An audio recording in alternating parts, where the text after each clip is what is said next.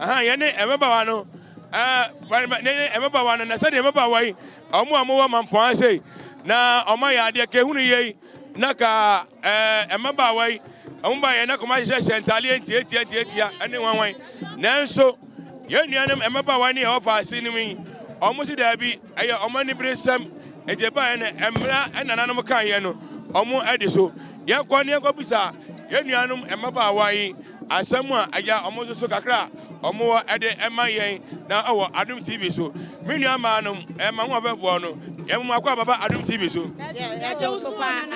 wọ́n na be kasa ma me ba cho me na me kasa be mu bia ti me kasa so ka de ma ni bia e be kasa nana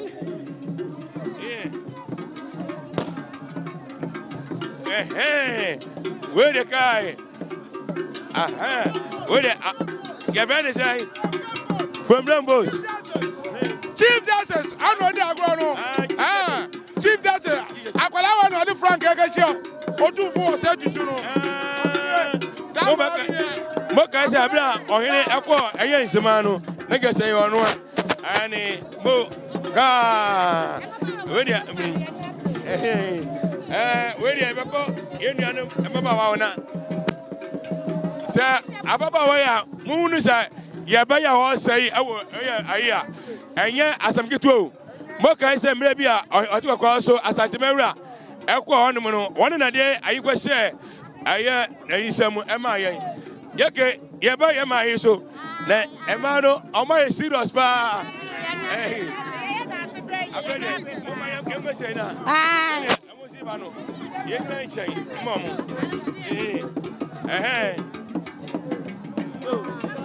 oh maniaje ene maniaje amamene amani eno pa okay mo mo ye Adom TV so no Adom ye ma me bejo ye mo akwa ba me jemuso ya jemuso bajo udi ni se me ma me me di abna je wa bajo wo firi Mamponghene mi fra Asante Mamponghene ya mi firi tunsuom me bacho ma me fa de nse na papa ise no betimenya na yetimenya bi atimenya bi atwa ma me ye ba na Mamponghene ma ene mpani forte na ase amoka se sabio mesra meka emai ebi wonu ma eduru se awo beba se ya ho na mafade no mo ya mo de beba bedwom no eduru ba bia na enso ani enso so ene eba ye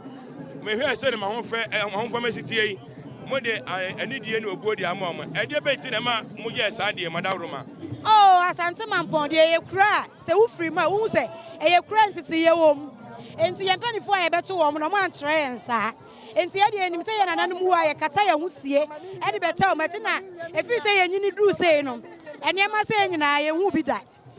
me se me ko me nyini kakra ba me hu bi da enti ye first time I de hu bi ni enti ye ntimi nyi ye hu fa mejura e mejina enti ye wo se ye nanano da yakoma so ene Mamponghene so nyansem ketewa ekuro Mamponghene kuro ketewa kra enti na ewu a wuntimi nyi hu nya dai e mejina enti na se maba we okuro emu na wo se ye siesie hu kama na ye ba na enu ada kra no ye se ntima ne ya bre otena da de ni bre kra otena ye bo kwabrim otena ye ni bre enti Adom TV fo enye is excellent mbabo ye sidom kra wi akasa kakra ya nege se ai wo se mo se man kasa mo sisi mo na mo ye na ye du ba bia bo apaye na mo se da se de ade a etu ni pa ko sintu de mu ana oh Mamponghene kasa de me mani fi ya me wa ha no sa bo apaye de se santa de ne de mani hu bi Mamponghene kasa ntete wa ha enti se de me nuane kan no eye ye me yeto ye se da se bremu ane da femu enti nya atade bi anye ye den ye hye ba ha no kure let me shout out be se wo se edi empanifo no omo se se ye so tini afa ye ye ni abre pa ye ni abre ye ye da se bre yi ya me di agro kra ye na masi bi sabe de me enko ebe ye ko efie wona ye ni efiefo akokasa na madawroma ye enko ye di asi na sambofo agei ba mu so gina no mu ani abai yi ya abai ye me ni eto so kakra emai carols night and candle night no fiti enura ni pe ba ha na ni ba sa bebu nka mo ha no dot ye ni enwie e kire Yehowa ya Adom a e na ewe je be si adofofo nyina so bi amra na omo meta echi na mo so for 2 pm Asante Mam mese ma bre awasi ba Mamponghene nyame onfa ne kra ensi nana minwe 2 p.m. akasa it's from Africa one first Mampong obi enemy na me referee DS ebisi da tie nyina ya ba se ye behwe bi ya wo akwantuo ene ye wo fie nyina ya ba DS ye nchiri ma no ye sua bibia re afiri sada chi bi ebisi a ne aso no ye sua ade bia re but Asante Asante Mampong emabunu ya gwa hanum enso etsabre adweso mahema enso ena ekọ amani ampọ ahemfie na ahona pelfo ekotu enhyeye na sane yesimi aka ndada no wacha da sebre osebo suya otosumienu ekwan kra na abodi wura amani ampọ ahemfie a na na mayemfo na mata akonya abusua konum ya oya bretu abusua ye wakonya so betimi ade Asante Mampo akonya na na mayema abo eye empato bia etiase woji a owo ane adofo baba ewo fidua kasei emu efikase mu ana da sebre osebonsu odine nyine ese Asante Mamponghene ni onu kro ya esaye Asante Mamrisia ehene no sa so ye otumfo se tu ababio ni nifa hene eso enonom ese enese da sebre osebonsu yo tosumienu adane atwa na se briche kese pa ana abo eye Asante man Vice President eti wohwe edom ya abo piem anmu a eye edom wo nyina ato santre edi akwahwe da sebre eni asna ono no edi enkra ya etwa to kra ase na dika abo wa mane dada no ena nwumre no som ebenfo eye awufo som edi ama da sebre osebosu na yasre osro hine ese abra da sebre ebey omeka da sebre ho na onye da sebre tata abra woba osro aibam eti na machemu edi ama to aso ahwanom so efman yada sipi sabre mo akwa baba Adom TV so wadaruma mo amohwe Adom TV sabre me no ka say ye wo Mampong wo Mampong ahemfie ane we ka say sanse asem a asie no enye asem dede arehosem na ebi on eni ni papi akasa debi on mu a profri akwantuom ana obaaye de be se ebusa se eye no krese won firi akwantuom ana baa no ye gwe ye nua baba ako ye maame anwofe ba ako ye kɔ ne nkyɛn na ye go busa no e no maame ye mu akwa baba Adom TV so ye buru medi ne jama nso ogoro Bepacho odi ni se mame. Bepacho ye frame ohene yiri awuradwoa. Asante Mampo aboafo ohene ne yiri na eneme. Hamburg ne yewo. Eye ye nti ne yebae. Eye nti na ufri eye Hamburg ebae. Oba da be mame. Bepacho ye bedru ha no ukuada no. Enti ya wada na edru Mampo ha sei. Ye nyankoi ye twen. Obusie wiasa na yakɔ. Na se mu akwantuom na se bibi saisi a ade Moses die na mo so mo ye no ewo akwantuom eho no maame se bibi saisi a eya na mapofo na eho no because eye wo mampokuo ni ade eho ho ti aka ye ho bom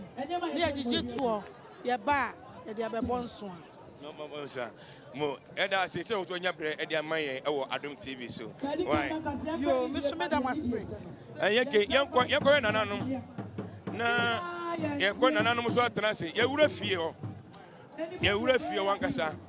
eji madaroma ye wura fie ho na afa me nananom atrase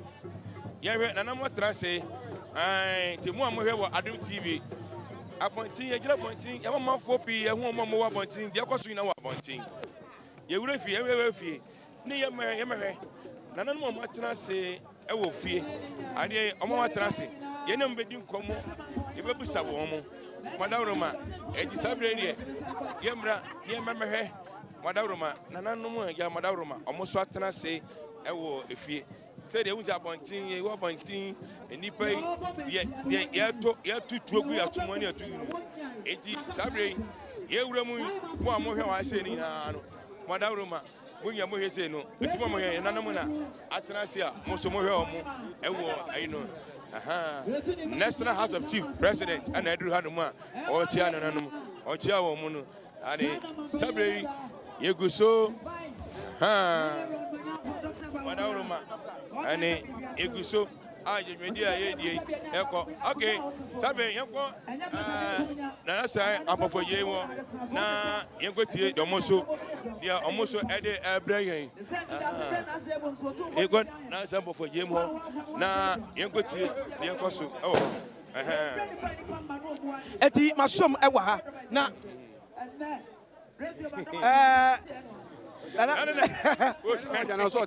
okay Wadi bretu abusu apani. Yeah. Wadi bretu abusu apani no. Why continue? Sisi ameka say wodi Mamponghene ne ye. Yeah. Ena de me de masoto for mate ne say na busuam yayi no. Yeah. Eti musueko na aka de be yi omu nyina na kotonse ne ni na mpanifo hwema no mo yi baako. Enti okasa sisi enye yi. Ejem say ahwefo ehwe na mo hu ne ye ka na asemo a na ka ne pani baako bi pa e ba badi enkomo. Nanso nananom atia ne nanso esan se waka empanfo a ya twetwe odi ato se odi da sebre osebo so yotosme no ade a eyeyem na nananom atia ne nanso esan se odi ade a eyeye ntino enye se yebema ho kwan esena na ebetimi akasa etemu se nanasiama ebuna ketem ade afira na makwanya bo apaye kwan so abrafo mpanifo no baako na wa ha yi Nana, you are going to Adom team. Media me. Na me boa etira. O de ka mo de wa ye nya ekro etira. Ene woni ni na cha ne cha mra ne dia. Yada say. Nana cha say sisi e de o ka say ye just free nyame Adom a wo chena ho ko no. Sabe wo hwe wachi a santen a ya to nyina no e wo mo a ekọ akwakohwe da sebre osebonsu ani achi na wodi ani de atwa to abre no se de e kan e no enko ankosi wachina donko ne de obi antimi nkoje se nananom ne abrempon bra otumfo se tutu ababi o ene ne mpanifo ababeduru hanum se no sabre obi opeso okohwe ne bia na ekọ ebo no nsia ewufusom ebekoso ewa ha Anglican asori no eba be ya ofusom sonko be se don hwere mienu de amada sebre osebo so nim se da sebre no ko Anglican no sa ko Pentecost so Anglican asori no ene ne won mo age eye dwumadi ne si on aso a wo mo eba ba be ye sa ofusom asofo akese e wo mampompotam nyina na kambo mu a wo mo nso ebe se ko hwe eye da sebre eni achi no edom de se de egu abontena sa pepepe ena oba efie ha so a edom ne ta ha ena adehye no ewo aha ena brempon no wo aha ena nana yakoma du fie o Mamponghene owo a chese oje nhia nti adehye de ahodo a ebe nyina aha ena wo mo edeba onim se ene no enye ayie ne aye nti ye monsa edoti ye de adehye de ena ye kire nti na won mo eguso a e kire adehye de no meka o se nyame Adom a wo chene dwo eni ebeja da sebre kwan kra na otufo se tutu abebi ne beba wa beja ni nua no ekwan eti yeguso e wa hanum se ya se de ye hye obo no e bekoso a e de ama ne mom my finance e ma eye Dr. Nick Danso Abiam yes Dr. Nick Danso Abiam Ghana link panipa ne Adom TV crew e ba ye no yenya baby kama da ye de free chroma na ho ne kan ye ho no omna mi epe baby amada ye de ha ne tie ye busua fie wa ha ye na bonten ye sekete wa himfia akra be ye beda ye me kwa so me sekete aho ne kan ne de ye nya baby amada sami okuto enum chese ene ne bishop ne mole omu hunu hwe wani akese ye hunu hwe wanam kro mu kwa etu otute ye no me ba shi omo on ti ase what ase Amammer3 ne amane de atwagu papa enya sam getua Amammer3 ne amane no ahwefo eti eye kasaye wo akira eye de sedie ena ebenfo ekyerkyerem se sa de sedie ese ebenfo ekyere eye chema wontumi ade sere ya ode sika Ghana sika fo sidi empimdu ade atoso ese yefa enya da sebre osebo su yotosomienu ekwan wabra sabere we fra ne toma ewo ne tintim wo briche abo man Ghana briche abo Asante man briche abo Asante Mamponghene eti sane ye somo ade free no miansa ebremu no nana se ba bia dun de ye wia ne sa ba yanka ayefo se anme no so ba ko ba ye awfu som ade ama aye da sebre osebo so yɛyɛ wofusom ɛde ama Dasebrɛ Osebonsu sɛne nyinaa nso ɛka ho ebi ɛsɛ yɛyɛ amammerɛ ne amanneɛ nso ɛdidi a na kristofam ne nkramofam afam so no yɛgye wɔnom nso adi te sɛ ne nano fiada na nanom atu anamɔn na ɔmutimi ɛyɛ mpaesom kɛseɛ ɛde ma Dasebrɛ ɛna no afiada ɛwɔ nkramosom ɛdɛm no ɛna dɛn so mpanifo ɛyɛ awufosom na so brɛ mu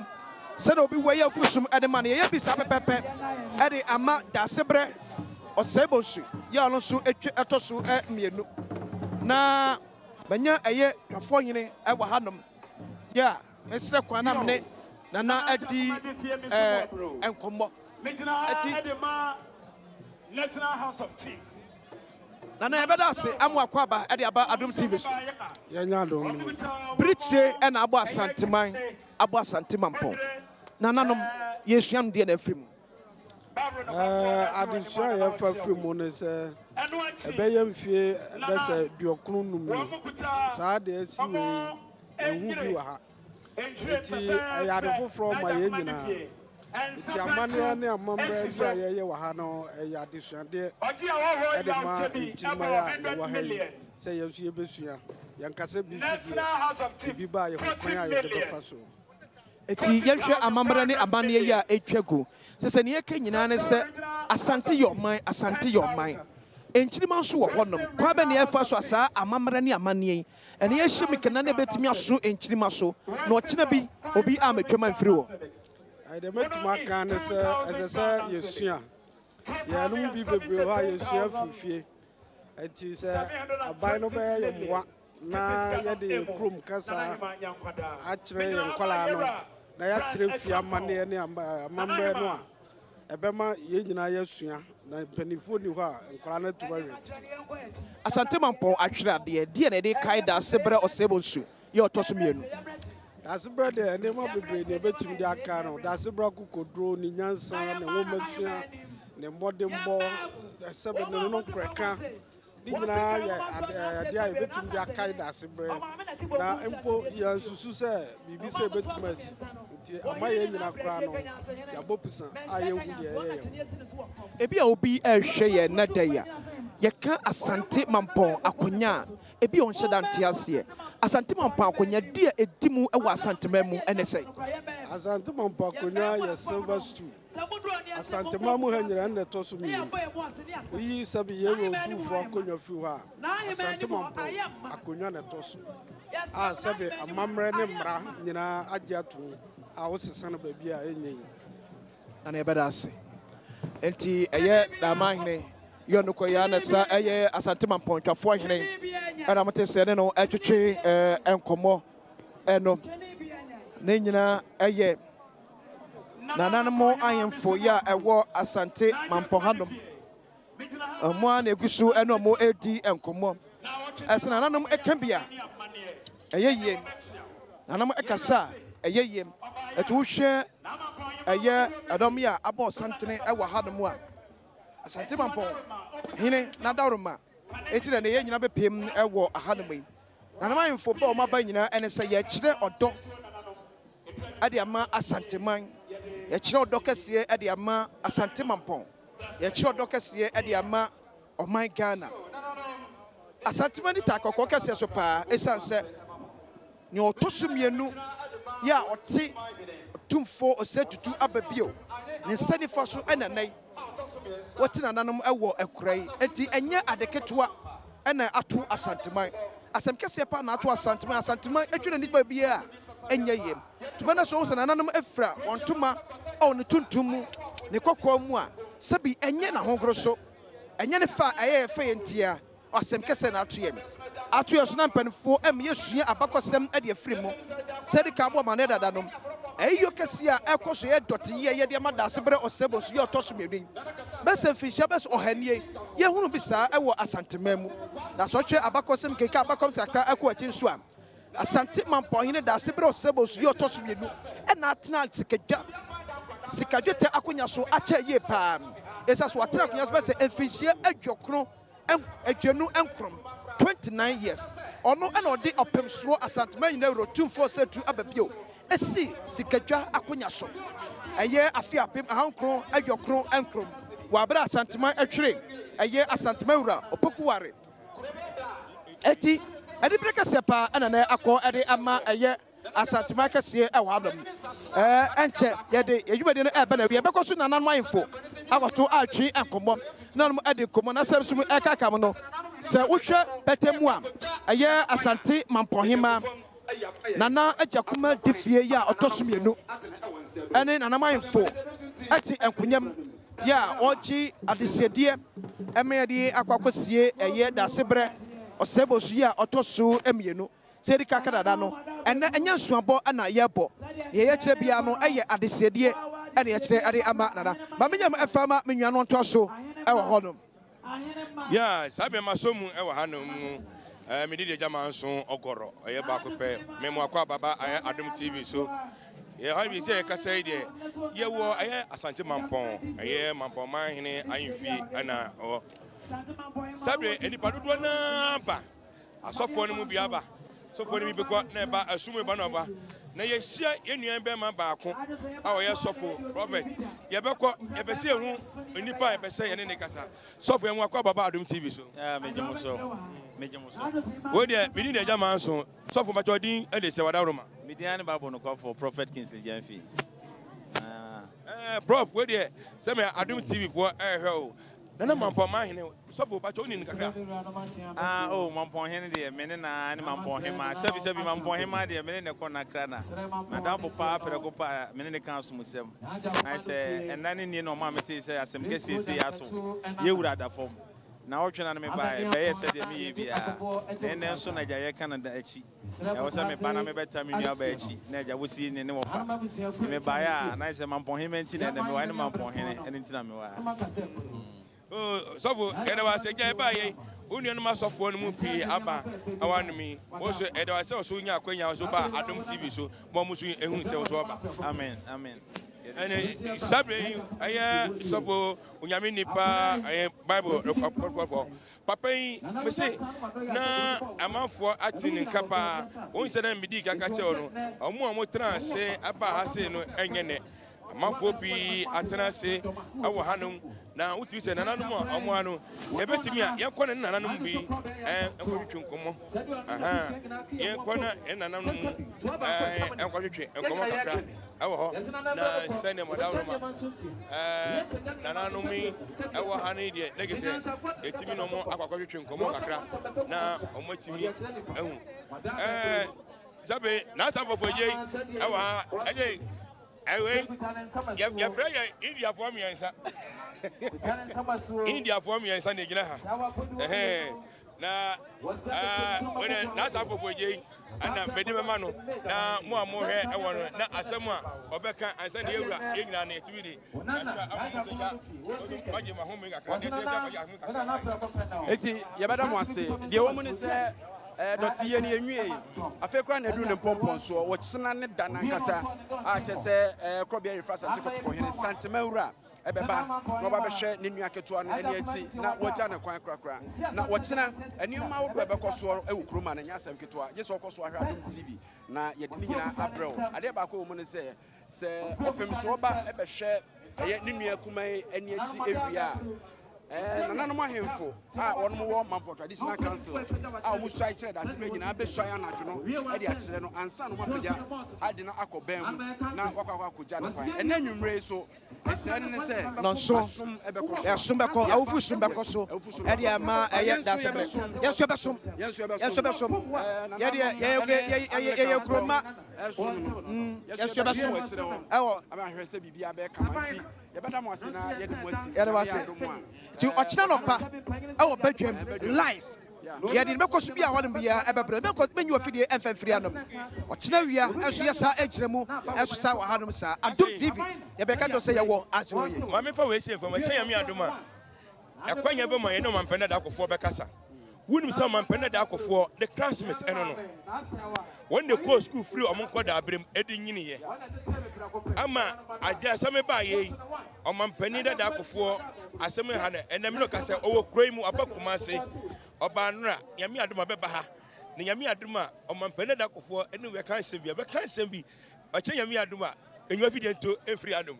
hwɛ adom tv ube filipa yɛda ase fi ɛgya manso na atumi ka open fans pa open fans